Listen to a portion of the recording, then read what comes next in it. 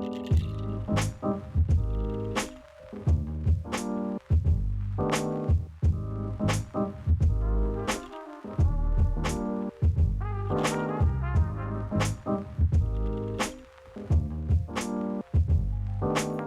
everybody. Welcome to Coco Wednesdays. I'm Coco Kinsey. As always, thank you so much for sharing this space and your time with me. I really, really appreciate it. Let's get into it because I want to unpack today. I want to talk about beauty standards and I want to talk a little bit about my journey and how I came to feel that my beauty was enough despite some challenges that I faced in my life. I hope, as always, that there's something that you can take away and please allow it to pour back into yourself. And if you leave something in the comments, share some of your experiences with me, I will definitely take what I need and pour back into myself. And that's what it's all about. So let's get into it. I say I define beauty not in the terms as often as it's defined. Often beauty is defined by how someone looks. So it's defined by their eyes, their nose, their lips, their neck, their breasts, their hips, their butt, their legs, and that can change culturally. It's different in each society as time changes. So for me growing up, I must say I was allowed to be a free thinker, and I was blessed to be in a household where I could kind of come up with my own conclusions on things and at times guided. But for the most part, I was able to make my own decisions on how I viewed the world. And that was the same with beauty. I was allowed to come up with my own understanding. And of course, as you get older and you're around more, you take in pieces and maybe you don't feel as secure about things when you're young and unimpressionable. But early on, there were just certain women who I really, really thought were just beautiful and amazing. As I grew up, I would later learn that maybe from a traditional standpoint, externally, some of these women were not viewed. They weren't viewed the same way I viewed them as beautiful women, but I want to share this list with you and then we'll get into it. Here we go. There was Frida with her edginess, creativity, androgyny. Pearl Bailey, her skin, her presence reminded me so much of my grandmother. Angela with her fro and her speeches. Nina with her talent and her pride always present. Josephine with her glamour, her wit and charm. Janice had a rawness and such a vulnerability. Lauren with her rhymes, her style, her woolly hair. And then there was Maya, the impact of why the cage bird sings. I love Frida. I love Frida. I love Nina. I love Angela. I love Lauren. Oh my, I mean, truly and honestly, the list could go on and on and on. But Maya, I must say, speaks to my soul. And I didn't understand it. I didn't have a full appreciation for it at a young age. But my experiences mirror hers in such a way that she really, really, um, just the way her elegance, her dignity, how she carried herself really is something I just define beauty as. She was an embodiment of what I feel like beauty is for me. Like Maya, I was abused early at a very young age, and it can shape your life. And at this time, I wish at that age, I wish I fully could understand, why the cage bird sang. But I didn't understand it at that age. I didn't understand what had happened.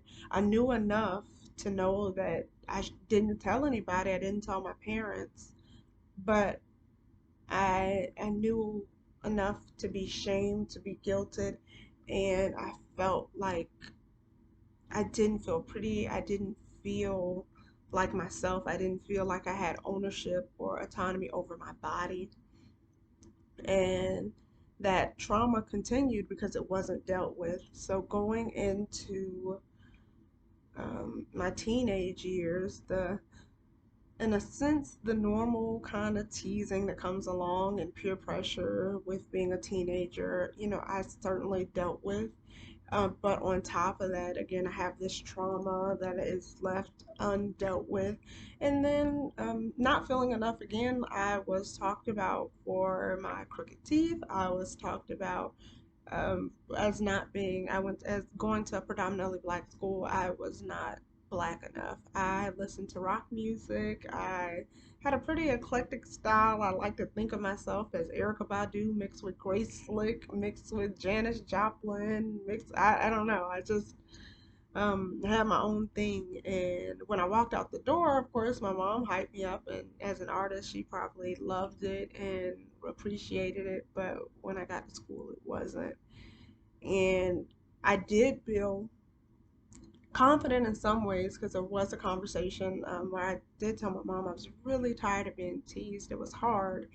And she asked, "Well, is it worth it to you to change yourself? And you can be we can make it easier and we can dress you more like everyone else." And just to fit in, and it wasn't worth it. So I had that confidence, but at the same time, there was still this brokenness. And also, I was teased for my hair because while I was not black enough in some areas, my hair was too black. So that was its own issue in itself. So then it just made it tough to navigate. And as it would be, um, again, I was assaulted as a teenager, and this time by someone I did not know, which I don't know if it would have been better again if it was somebody but now it really made me question myself, my worth, on why does this keep happening to me, and now to the point where someone who doesn't even know me no, has made me a target that sees me as vulnerable and an easy kill. And it, it was really, really hard. And for a little bit of my teenage years and going leading into my young adulthood, it really, really, I let it shape my life in so many ways.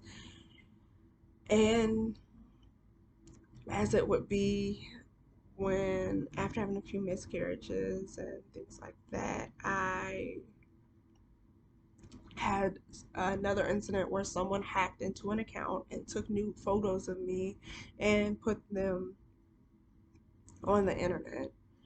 And that was the final straw for me because I felt like I had absolutely no ownership of this. I just felt inadequate. I just felt like I was not enough. And why does this evil, like, and not to say that I'm a perfect person or not to say that we aren't all flawed, but certainly not deserving of anything to this magnitude. I mentally could not take it, and I wound up being hospitalized in a mental facility. And on some levels it was its own experience in itself, which I'll share in another video. But what I did get from it was I met some more amazing, beautiful, beautiful women. And one of them actually recommended that I read I Know Why the Caged Bird Sings. And initially I said, I read it in high school, I don't know. Like, and especially in that time, I'm thinking so many other things. I'm not thinking about reading at this moment, but as it would be, I did go back and I read it, and it resonated with me so, so much because I was at an age where I was able to really fully understand understand it, and not just understand the book, understand Maya, and really, really, truly appreciate her and appreciate the beauty that is her, because she didn't let that be her story. It was a part of her story, but it was not her, that was not her story in its totality. And that is what can be so difficult as a victim of any kind of abuse or trauma, is to not let it consume you, and to watch her not only move past it, but to embody such a grace, such a strength, power, and voice, to the point that's just a cliff note in the grand scheme of things. It was really, really inspiring to me. And even just to watch, because I know so often, like as a child, like, I witnessed old Maya and like a mother figure, and sometimes I know we can forget that they were once young too. And so it did make me more curious, where I start studying more of her and going back, listening to her music, watching her dance, watching her perform, and I just saw a complete woman, a sexy woman, who didn't just, because again, like when we see older Maya or older women in general, older Cecily Tyson, we look at them and they're covered as, I guess, whichever, what they feel appropriate for that age. But to watch her own her sexuality still, it was beautiful, and it really inspired me to come into my own, to be my own woman, to know that I can control the narrative and I can take back every bit of what someone thought they took from me, and I can own it, and I can make it better, and I can be beautiful beyond just this body, beyond just the physical. I can be beautiful in spirit. I can be beautiful in ways on how I help each other, what impact I have in raising my kids, my husband.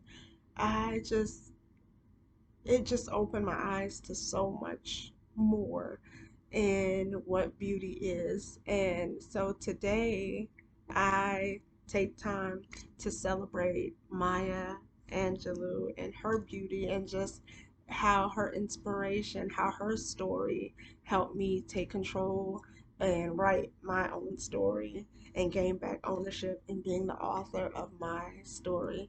So I encourage each of you, in whatever you do, however you define beauty, to take back and claim ownership of your story. If you have challenges, whatever, maybe they are not abuse, whatever your challenges are, whatever blemishes have come along the way, take back ownership of your story. Don't let it end there in the tough moments. Continue pushing, continue moving forward. I certainly am still a work in progress, and I hope to continue. And I hope you will come along for this journey with me as I continue growing and just speaking out my truth. And I look forward so much to speaking with you guys again later.